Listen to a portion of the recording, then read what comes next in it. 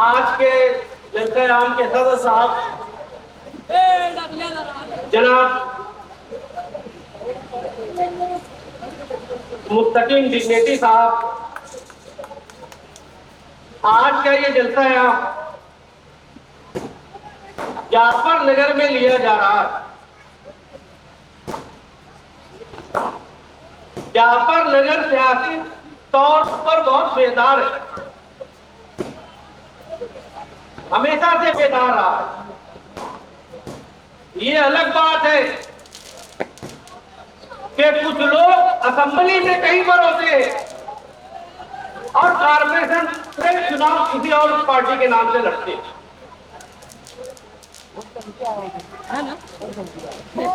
मुझे इस बात की खुशी है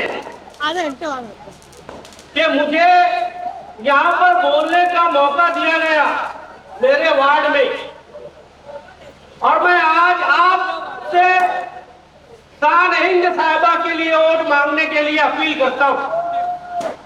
मुझे फख्र महसूस होता है जब मैं इनके लिए वोट मांगता हूँ।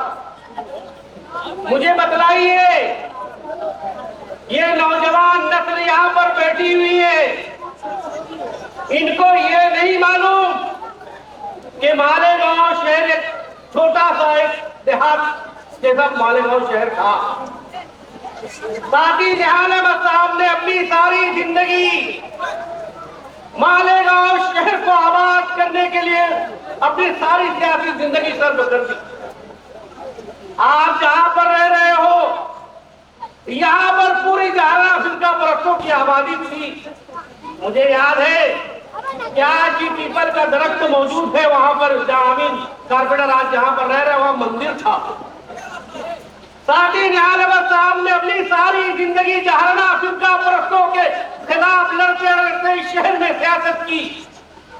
अगर मालेगांव शहर का ये शहर आज 90% मुस्लिम आबादी का है तो ये किसी मौली मौलाना मुफ्ती की देन नहीं है, ये सिर्फ और सिर्फ हमारे लीडर साथी जहान अहमद साहब की देन।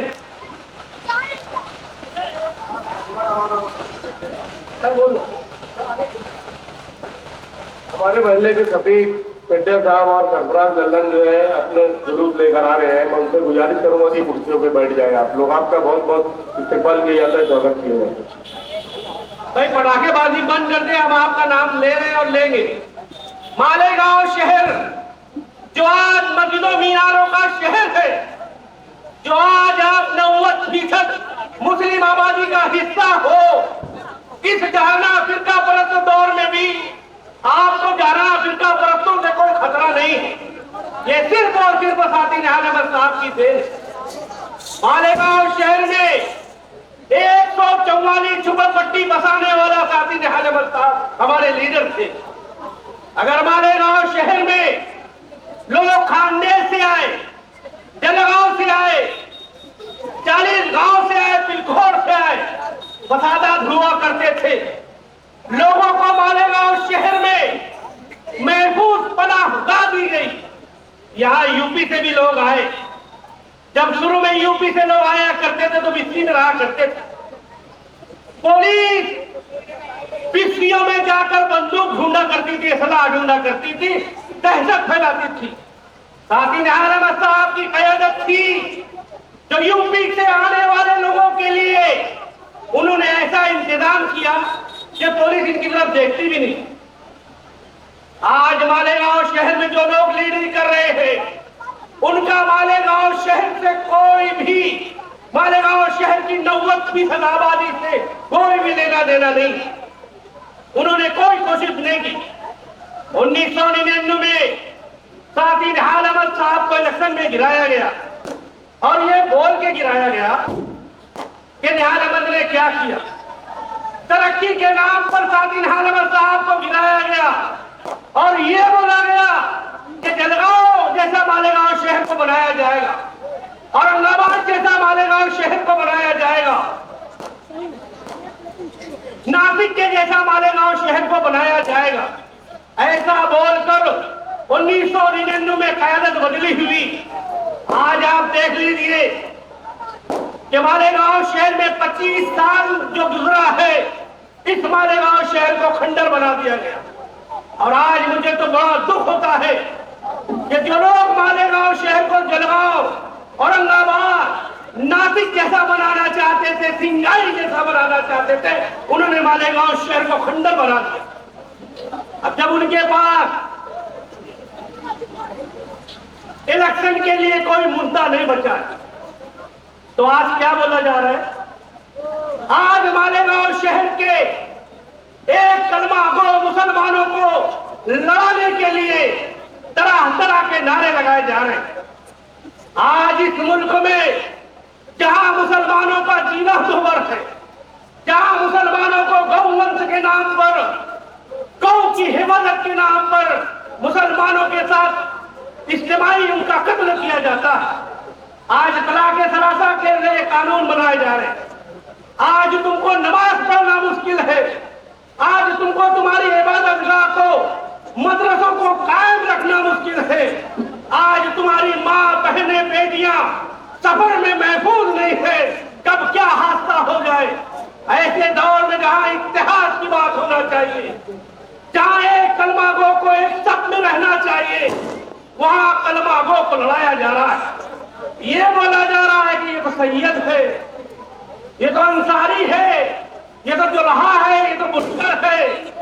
आज ये बोलने की नौबत क्यों है? अल्लामा इकबाल ने शेर कहा था कि यूं तो तुम मिर्जा भी हो, सैयद भी हो, अफगान भी हो, तुम सभी कुछ हो, बतलाओ के मुसलमान भी हो। आज जब मालेगांव शहर को खंडर बना दिया गया, आज इनके पास तरक्की के नाम पर कोई वोट मांगने का जवाब नहीं थे, तो आज ये मुसलमानों को आपस में लड़वा रहे हैं।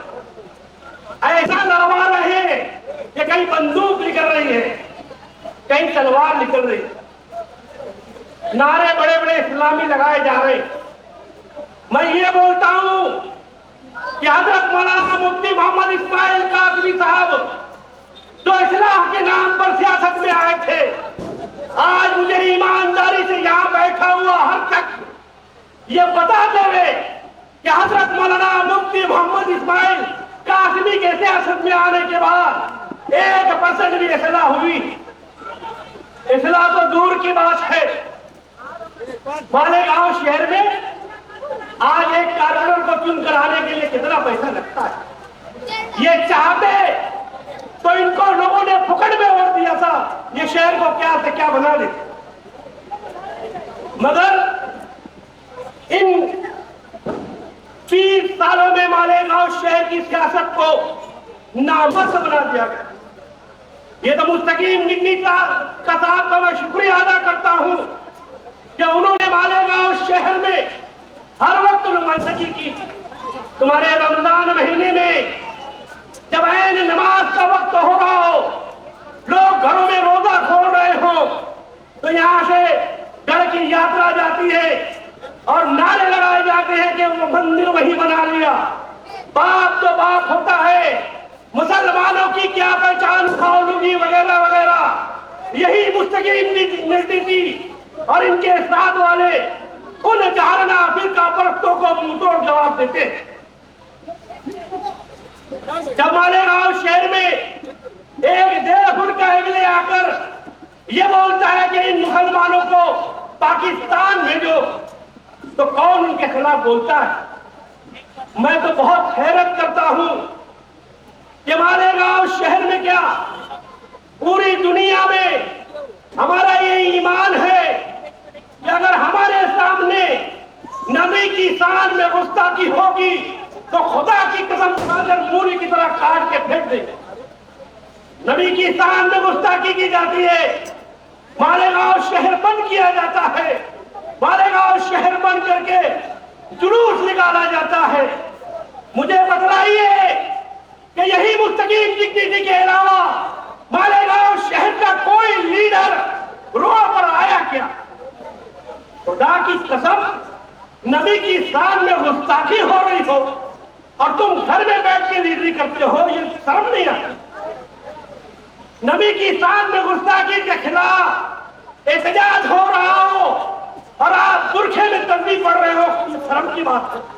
कौन लीडर था रोड पर, कौन जेल गया, यही मुस्तकीम टिप्पणी जेल गया। अगर मालेगांव शहर की आवाम ने नबी की शान में गुस्ताखी करने वालों के खिलाफ जो एहतजाज करता हो, जो जेल जाता हो, महीनों जेल में बंद रहता हो, अगर ऐसे लीडर को आप वोट नहीं दोगे तो किसको दोगे? वो बुज़दिलों को, वो नामर्दों को जो घर में बैठे थे, तरक्की का नाम लगाकर मालेगांव शहर को तबाह कर दिए। अबंदियत के नाम पर मालेगांव शहर में क्या चाहते हैं? ये क्या मिनी पाकिस्तान चाहते हैं कि यहाँ भी आपस में मुसलमान एक दूसरे का खून बहाए? ये सियासत के लिए लाशों पर सियासत करना चाहते हैं। तुमसे अगर तरक्की नहीं हुई, तुमसे अगर गांव का कोई काम नहीं हुआ, तो बाखुदा मालेगांव शहर की इस 90% मुस्लिम आबादी को कायम रखने के लिए आप ऐसा न करें कि एक मुसलमान को एक मुसलमान से लड़ाए। मैं आपको आखिर में यही अपील करता हूं और मैं आपसे एक बात और बोलता हूं। भाई तारीख साहिबा यहाँ पर तस्लीम लाई, हम उनसे इस्तेमाल करते हैं।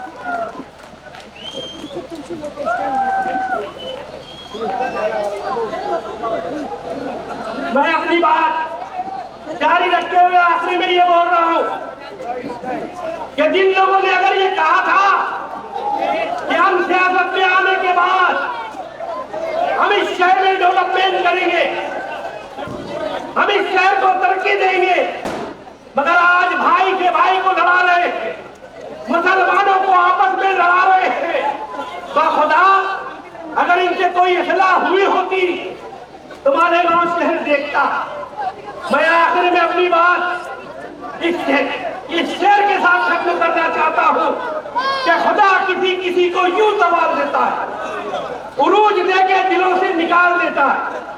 और मालेगांव शहर की सियासत में 1999 के बाद जिन लोगों ने जो बुराई पैदा की है, तो हमारा तुम्हारा ये ईमान है कि खुदा है और खुदा हर बुराई के खालिद से अपना हिसाब जरूर लेगा। खुदा